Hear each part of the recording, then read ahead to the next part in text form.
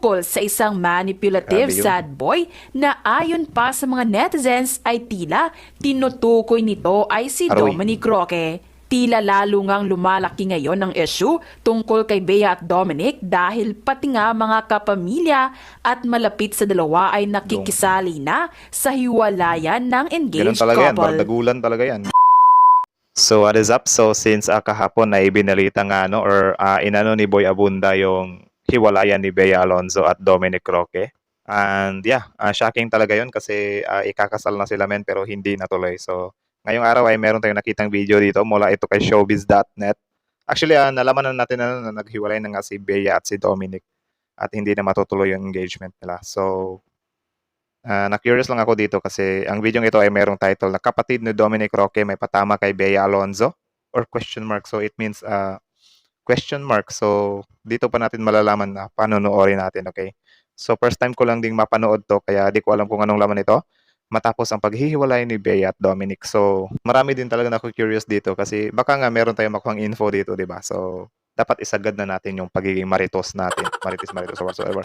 Basta wala lang, gusto ko lang maging updated sa mga ganitong usapin. Kasi alam nyo na, mas masarap talagang, wala lang, maging updated sa chismis. So yun, mula ang video ito kay showbiz.net. So subscribe nyo yan. Yung original video link sa description box below. So supportahan nyo rin yan. At kung trip nyo naman ng mga ganitong reaction video, may kasama kayo manood, huwag nyo kalimutang i-subscribe yung YouTube channel natin. Okay, so yeah, di na natin ito patatagalin pa. Simulan na natin. Start. Post ng kapatid ni Dominic Roque, patama nga ba para kay Yun. Bea Alonzo? So cryptic, alam nyo Kumpirma- naman yung cryptic, di ba? Para siyang pahaging. na nga na tuluyan nang naghiwalay ang engaged couple na sina Dominic Roque Yeah, at kagabi. Bea Alonzo Boy Tapang. matapos ang Boy 3 Abunda. taong relasyon. Ito ay binalita mismo ng King of Talk na si Boy Abunda ngayong hapon ng February 6. Kagabi ay naging trending rin ang Manipulative sad boy. So merong nag-post. Nakita ko rin to pero hindi ko alam ang context nito. Wait lang. paglabas ng cryptic post ng road manager ni Bea na si Christina Gagi par. So ano pala to? Manager ni Bea Alonzo. Manipulative sad boy. Parang nag-ano siya ng definition, right? Any guy who'll try to convince someone that they are the victim of the situation. They'll make you believe that you're in the wrong and that you're the one who should be feeling guilty, toying with your mind, or seriously just bad news. So ayun, manager to ni Bea. Tuloy. tungkol sa isang manipulative Grabe yun. sad boy na ayon pa sa mga netizens ay tila tinutukoy nito ay si Aroy. Dominic Roque. Tila lalo ngang lumalaki ngayon ang issue tungkol kay Bea at Dominic dahil pati nga mga kapamilya at malapit sa dalawa ay nakikisali na sa hiwalayan ng Ganun engaged talaga yan, couple. bardagulan talaga yan kasi di rin naman biro itong mga taong to eh. Tuloy. Hindi nga nakaligtas sa mga netizens ang cryptic post ngayong araw ng kapatid ni Dominic Sino yan? Roque, lalo na't kumpirmado na ang hiwalayan ng kanyang kuya na si Dominic at ng aktres So, na si Bea Alonzo. ano niya? Isang larawan na nagpapakita ng wolf in sheep's clothing ang ipinost nito na tila patama raw kay Bea Alonzo. Dang. Wolf in sheep's clothing. So parang ano siya, lobo siya na nagbabalat kayong tupa. Like dang.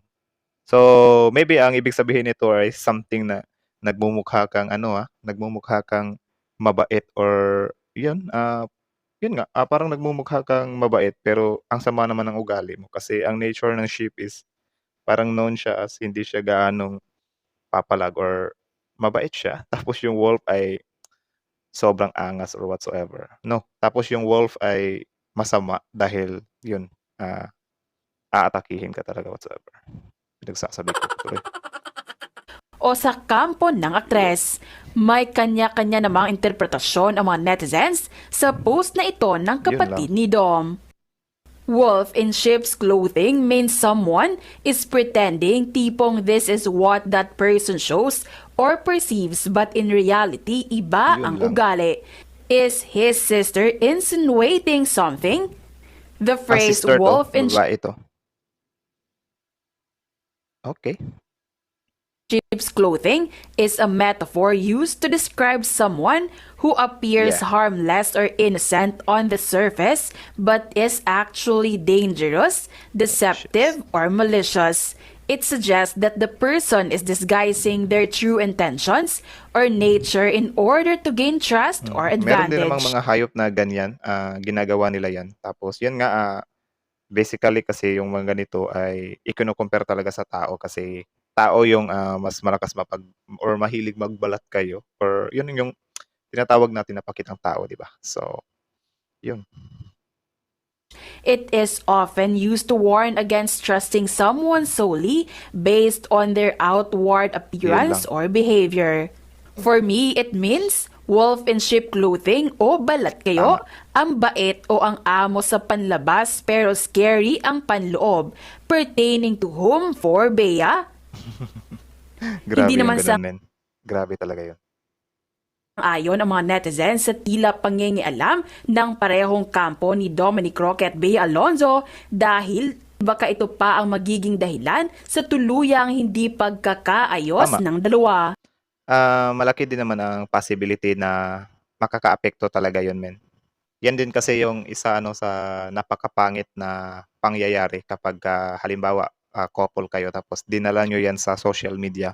For sure, sobrang hirap ng i-reverse yan, men, or sobrang hirap ng bawiin yan.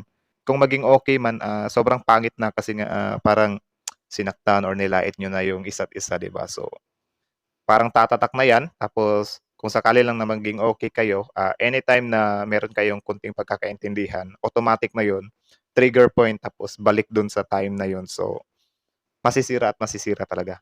Sobrang bihira lang yung nagsasucceed sa ganong klase ng relasyon na nagkakasiraan muna, tapos nagkabalikan, tapos nagtuloy-tuloy ang relasyon. Sobrang pambihira lang yung ganon. Depende kung sobrang mapagpatawad ng tao. Alam nyo naman, ranas ko rin yan, especially yung mga babae, sobrang hilig nila na bumalik sa past, like kahit naging okay na, binabalik-balikan talaga nila yung mga ganon kahit naging okay na. Oops, issue, joke lang. Disregard my comment about that. So, yun lang. Para sa akin naman ay, patama talaga to sa kampo nila Bea. Di lang natin alam kung sino yung pinapatamaan sa kampo, ha. Either si Bea ba or yung manager or yung nakapalibot. Pero posibleng directed yun kay Bea. Well, opinion ko lang din naman yun. Kayo, sa tingin nyo, sinong pinatatamaan ng kapatid ni Dominic doon? Comment down below. So, yun lang. Sobrang talaga, no? Actually, nag-iisip din ako ba? Itong kay Bea at Dominic, hindi pa naman inaamin nila kung ano yung totoong rason ng hiwalayan nila, di ba? So, parang naka-curious pa rin tayo. Same as doon sa Katnil kasi parang wala talagang lumabas or meron man pero mga speculation lang ng tao ba. Hindi talaga yung galing mismo sa bibig ni Kat or ni Daniel kung ano talaga yung dahilan ng hiwalayan nila. Kaya sobrang nakaka-curious pa rin. So, yun, subaybayan natin to kasi need talaga natin itong malaman. Kasi, na mas masarap talagang makichismis na alam mo ang lahat. So, yun lang. Hanggang dito na lang. Again, ang video ito ay mula kay showbiz.net. So, subscribe niyo yan. Tapos yun, again, kung trip nyo naman ganitong reaction video, subscribe niyo yung YouTube channel natin. Nice Speak Taito. So, yun lang. Kita-kit sa susunod nating video. Again, thank you, showbiz.net, showbiz.net. So,